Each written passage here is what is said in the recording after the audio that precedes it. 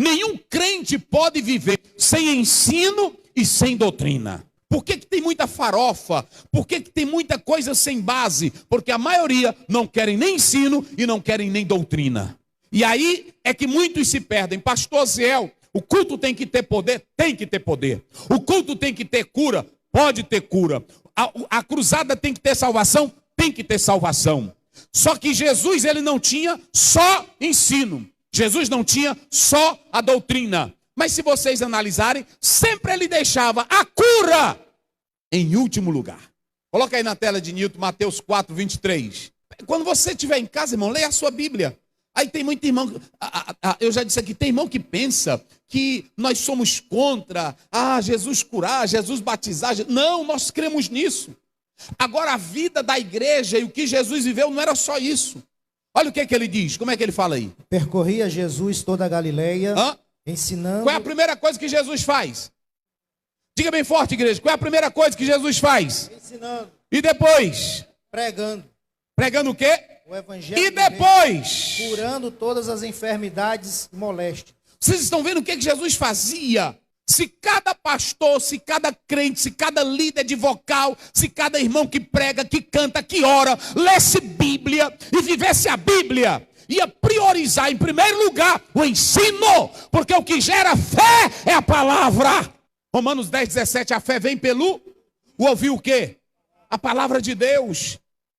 Já imaginou, digamos, nós estamos em uma reunião, alguém entra no meio dela, aí ele diz, eu quero ser curado, eu quero ser curado. Aí eu coloco a mão nele, ele é curado. Ele não sabe de nada, ele não sabe o que é cura, ele não sabe o que é poder, ele não sabe o que é igreja, ele não sabe o que é doutrina, ele não sabe o que é santidade, ele não sabe. É por isso que a igreja está cheia de crente saliente, profeta saliente, crente velho teimoso, profeta doido, porque não tem Bíblia, não tem doutrina. Se tiver ensino, meus irmãos, até uma irmã que tem ensino bíblico, ela vai dizer, não, isso aqui é correto. Não, isso aqui não é. Aqui tem o ensino, mas tem também a minha doutrina. Aqui tem a doutrina. Essa doutrina estaria como? É como se fosse um corpo de doutrina dentro de uma assembleia religiosa que ela já segue. E o mestre ensina aquilo que já se crê, que já se fala. Israel tinha isso. Deuteronômio 6,4. Ouve Israel, o Senhor teu Deus é único Deus. Então você precisa entender o que é que Jesus tinha um ministério de ensino. Jesus tinha um ministério de pregação. Vocês já observaram que hoje muitos crentes quando ficam doentes, hoje muitos crentes quando têm qualquer problema, a estrutura dele na fé é tão fraca. Ele cobra de Jesus, ele exige de Jesus, porque ele não tem uma percepção correta de Jesus. Quem é ensinado por Jesus, quem é ensinado pela palavra, quem tem estrutura na palavra, sabe como enfrentar qualquer crise na vida. Foi isso que Paulo disse em Filipenses 4,13. Eu posso todas as coisas. Mas ele estava preso. Por que ele podia? Porque ele tinha estrutura. Lê o capítulo. Mais à frente ele vai dizer, eu tanto sei passar necessidade, como eu sei estar em abundância. Você é esse crente? Você é esse crente para aguentar, glorificar a Deus quando a casa está cheia? Ou você é esse crente também para aguentar na fé quando a despensa está vazia? Aí é que está o negócio. E aí quem é que vai nos dar a estrutura disso aqui? É o ensino. E se eu não tiver ensino, aí a minha raiz vai ser fraquinha e eu vou cair. Jesus, ele chega na sinagoga, ele ensina, ele ensina, ele ensina, ele ensina e ele doutrina. Mas quando ele está no meio do ensino e da doutrina, a multidão olha para ele. Uns olham para o outro e dizem assim, esse aí ensina com o quê? Autoridade. Digam comigo, exousia. Jesus, ele ensinava de uma maneira, irmão, essa autoridade dele vinha de Deus. Ele ensinava com uma autoridade do céu. E quando você tem a autoridade do céu, o ensino é gostoso, a doutrina é gostosa. Eu vou dizer uma coisa para vocês hoje, irmão. Eu peço muito a Deus, olhe para cá. Tem irmãos que pensam que o pastor, a autoridade dele está no pulo. Tem muitos crentes que pensam que a autoridade do pastor está num botar a mão em alguém.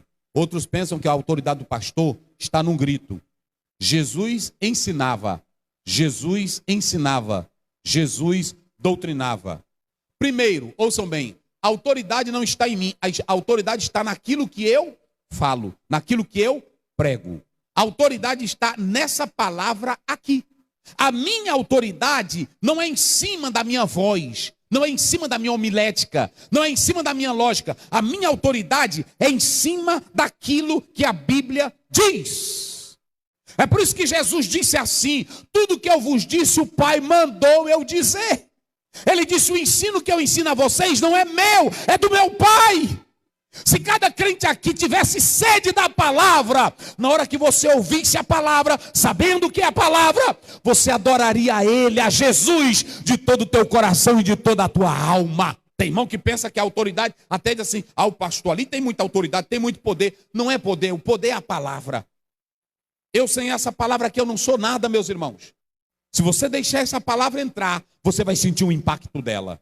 Será que você sai da sua casa dizendo: Senhor, fala ao meu coração. Senhor, eu vou para a tua casa hoje. Eu creio na tua palavra. Senhor, usa o pastor com a palavra do céu para a minha alma. Jesus, eu preciso da tua palavra. Será que você sai de sua casa assim? Será que você faz isso? A multidão ia ouvir Jesus sedento, porque tinha muitos mestres naquela época, mas todos vazios de Deus. Hoje tem muita gente ensinando na igreja. Hoje tem doutor aí que ensina perfeitamente bem e que tem até crente que fica: meu Deus, isso é magistral, isso é esplêndido, isso é de outra galáxia. Agora você nem é transformado e não sente nada, porque você só tem admiração, você só tem impacto, mas você não é impactado pela palavra. Os soldados, quando ouviram Jesus, disseram: nós não tínhamos como colocar as mãos naquele homem, porque nunca ninguém falou daquele jeito.